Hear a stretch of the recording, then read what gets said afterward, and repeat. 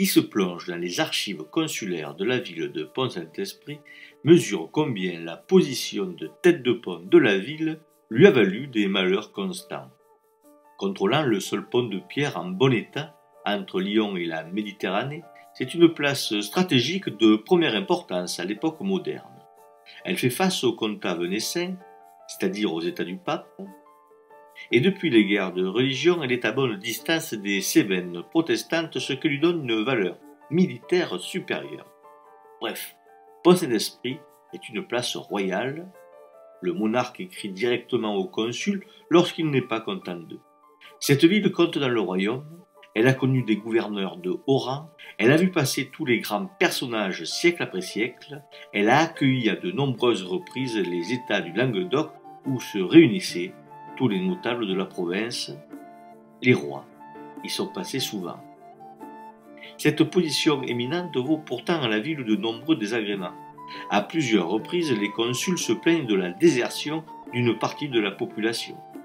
Jusqu'à 400 familles auraient quitté la ville en 7 ans, dans les années 1670. La situation était intenable. Au début du XVIIIe siècle, la ville est dans un état déplorable et se révèle incapable d'acheter les offices de police nouvellement créés, comme le rappelle Marcel Goron, un des grands archivistes du département du Gard, dans son histoire de la ville de Pont-Saint-Esprit. Plus courant à partir de 1671, revenant comme une malédiction, le logement des troupes de passage est une calamité. Cela coûte cher, même si les habitants sont remboursés des mois plus tard.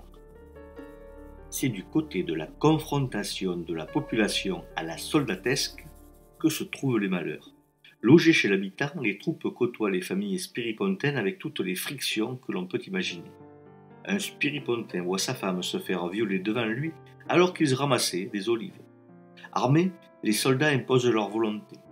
Pendant la guerre des Camisards, en 1703, le régiment des vaisseaux légers est venu loger dans la ville. Les soldats de ce dernier ont si maltraité les habitants qu'une émeute embrase la ville.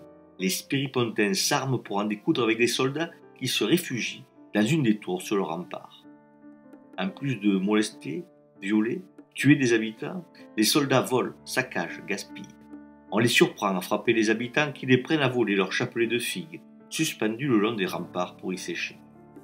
Les soldats sont parfois exécutés par leurs officiers en réponse disciplinaire, leurs corps suspendus à la tour du pont en guise de rappel à l'ordre. Pour en finir avec le logement des troupes qui fait dépérir la ville, la construction d'une caserne est donc envisagée, puis effectuée face à la porte de la tour. Les travaux commencent en mars 1714 avec le tracé des fondations puis l'érection des murs. L'intendant Baville suit de très près le chantier qu'un manque de fonds a interrompu en 1716 après avoir déjà englouti 20 000 livres. Il reprendra assez vite et dès l'année suivante, le bail pour la fourniture du mobilier est passé.